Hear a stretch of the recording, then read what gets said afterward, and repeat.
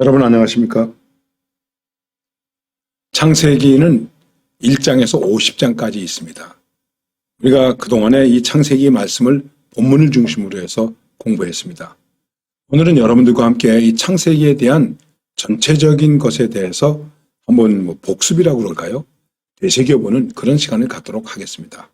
오늘은 찬송가 484장 내 마음의 주여 소망되소서 하는 찬양입니다.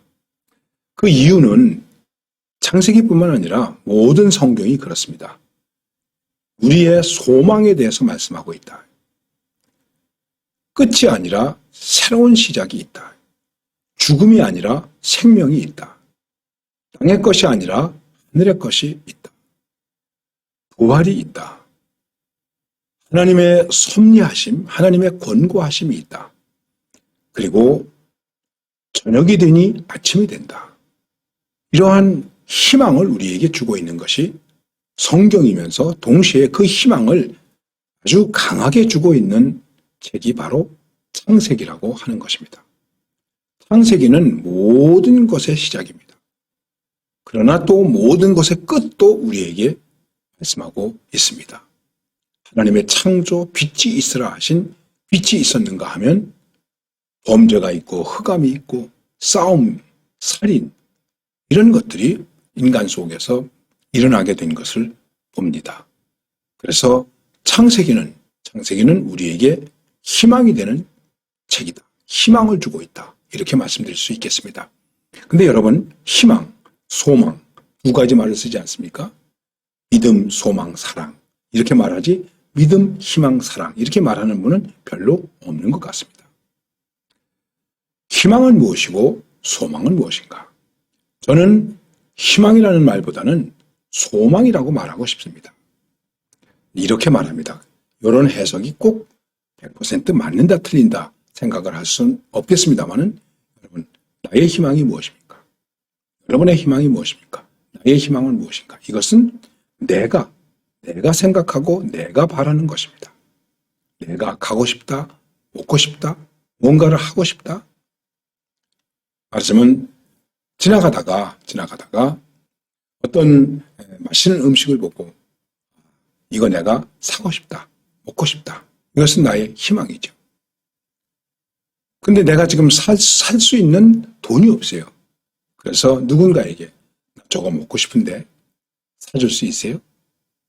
그러면 네, 제가 내일 사드리겠습니다. 내일 만납시다. 그러면 여기서 먹고 차도 한잔 마십시다.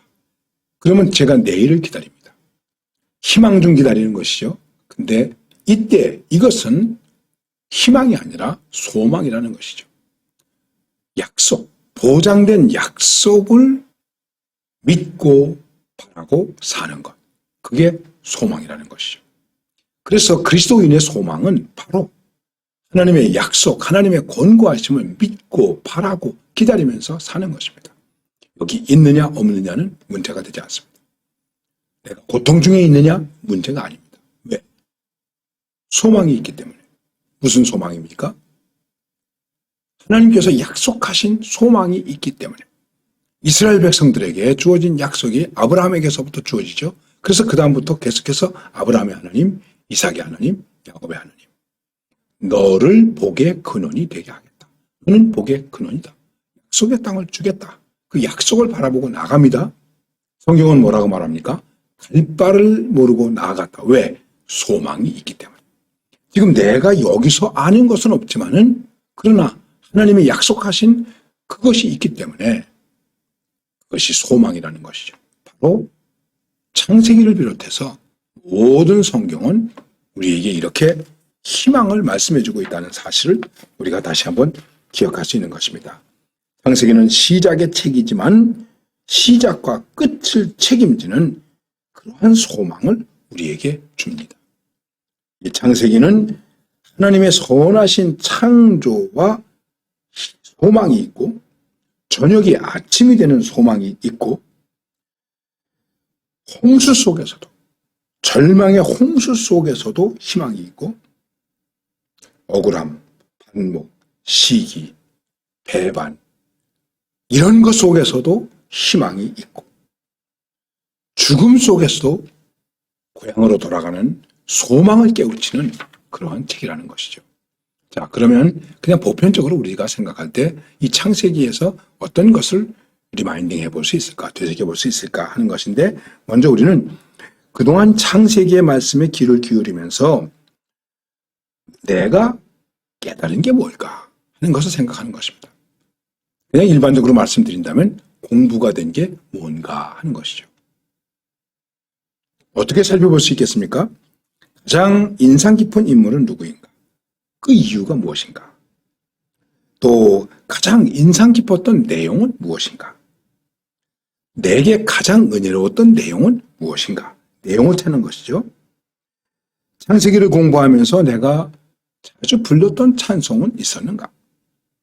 창세기를 묵상하면서 혹시 내 삶 속에서 어떤 문제가 해결되었는가? 이 말씀 때문에 해결되었는가? 말씀이 내게 이렇게 힘이 되었다 하는 것이 있느냐 하는 것을 찾아보는 것입니다. 그것을 나의 경험이나 나의 체험 속에서가 아니라 이 말씀 속에서 찾는 것입니다. 요셉과 형제들 사이의 문제를 보면서 그 사실 때문에 나는 그동안 좀 서먹서먹했던 형제 간의, 친척 간의 문제를 해결했다. 이렇게 말할 수 있는 것입니다. 그래서 말씀의 삶이 우리 삶 가운데서 계속해서 이루어져야 되는데, 이것은 모든 하나님의 말씀과 나의 삶을 비교해 볼 때 언제나 가능할 수 있는 것이고, 이게 바로 은혜의 구체성이 되는 것이고 삶의 체험이 될 수 있는 것입니다. 그러면서 이 창세기를 묵상하면서 가장 안타까웠던 것은 또 무엇일까? 가슴 아팠던 것은 무엇일까? 창세기 내용 중에서 기억할 수 있는 은혜로운 성경 구절은 무엇인가? 이런 거 생각할 수 있겠죠? 마지막 50장에서 내가 하나님을 대신하리이까? 이런 말씀처럼 생각할 수 있고, 또 우리가 말씀을 들을 때마다 아멘, 아멘, 그렇습니다. 이렇게 생각하지만은, 그러나 그래도 내가 이 창세기를 공부하면서, 묵상하면서 내 마음에 꼭 다짐하고 결정한 그러한 어떤 결단이 있는가, 헌신이 있는가, 이것을 우리들이 생각해 볼 수 있는 것입니다. 조금 더 나아가서 이 말씀을 묵상하면서 이 말씀은 내가 누구랑 나누고 싶다. 집을 떠나 있는 자녀에게 내가 이 말씀에 이런 말씀을 나눠주고 싶다. 친구에게, 또 억울한 친구에게, 누명을 쓴 친구에게 내가 이 말씀으로 나누면서 은혜를 주고받을 수 있겠구나 하는 것을 생각할 수 있는 것입니다. 그런 것들을 우리가 이 창세기를 다시 한번 생각해 보면서, 또 창세기뿐만 아니라 앞으로 하나님의 말씀을 묵상해 가면서 우리 스스로가 살펴보아야 되는 것입니다. 그래서 말씀과 삶이 분리되지 아니하고 함께 어우러지는 말씀의 삶이 되어야 한다 하는 것입니다. 더불어서 이 창세기의 말씀을 묵상할 때 내게 주어진 간절한 기도의 제목은 무엇일까? 특별히 감사의 기도가 있는가? 부를 찬양이 있는가?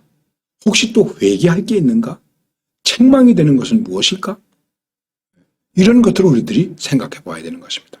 우리가 일반적으로 퀴티라는 얘기를 많이 합니다. 퀴티라는 얘기를 많이 합니다만, 바로 이런 것들이 퀴티라고도 얘기할 수 있는 것이고, 말씀을 묵상한다고 생각할 수도 있는 것입니다. 말씀을 묵상한다는 것은 그냥 깊이 눈 감고 가만히 앉아서 생각하는 것이 아닙니다. 이것이 내 삶 속에서 함께 이루어지는 것입니다. 그래서 이것을 말씀이 내 삶에서 이루어지고 있다, 육화된다. 육된 말씀이다. 말씀이 육신이 되어 예수 그리스도의 삶이 이어지는 것처럼 우리에게도 말씀이 나의 삶 속에 이 육신 속에 들어와서 이 말씀으로 내가 살아가게 되는 것. 그래서 내가 부족하지만 예수님의 삶을 살고 있다. 이렇게 나아가는 것이죠. 여러분, 창세기 하나를 공부하면서 너무 제가 큰 욕심을 부렸는지 모르겠습니다. 그런데 적어도 이런 고민과 기도와 감사 속에서 말씀을 대하고 살아야 한다는 것입니다. 그래서 이렇게 말씀을 묵상하는 것을 가지고 우리는 렉시오 디비나, 즉 거룩한 독서, 말하는 것입니다. 여러분과 제가 성경을 묵상하는 것은 단순히 읽거나 단순히 듣는 것이 아니라 이것은 하나님 앞에서 갖는 거룩한 믿음의 행위이며 소망의 행위이며 사랑의 삶이 되는 것입니다. 아무쪼록 이러한 축복이 우리 가운데 아주 풍성하게 넘쳐나서 소망에서 소망으로 더 나아갈 수 있는 그런 은혜가 충만하시기를 바랍니다. 여러분 감사합니다. 좋아요, 구독 꼭 눌러주세요. 감사합니다.